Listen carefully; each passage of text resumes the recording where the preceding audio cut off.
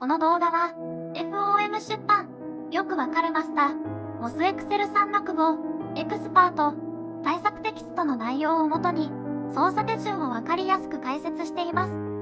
今回は出題範囲に1の既存データを使用してセルに入力するについて解説いたします。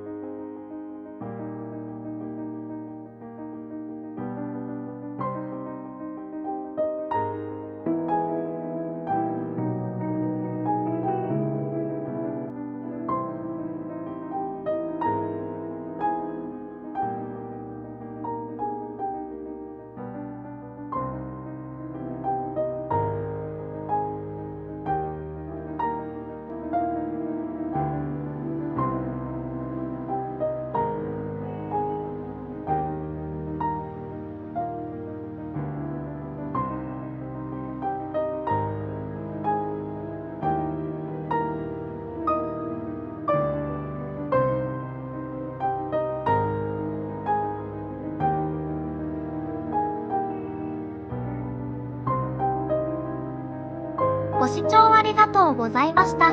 チャンネル登録よろしければお願いいたします。次の動画もぜひ見ていただけると嬉しいです。作業用 BGM やわんこと一緒にポモドーロ、集中タイムもぜひご覧ください。わんこが時間経過で移動するよ。概要欄からリンクをチェックしてくださいね。次回も Excel 動画でまた会いましょう。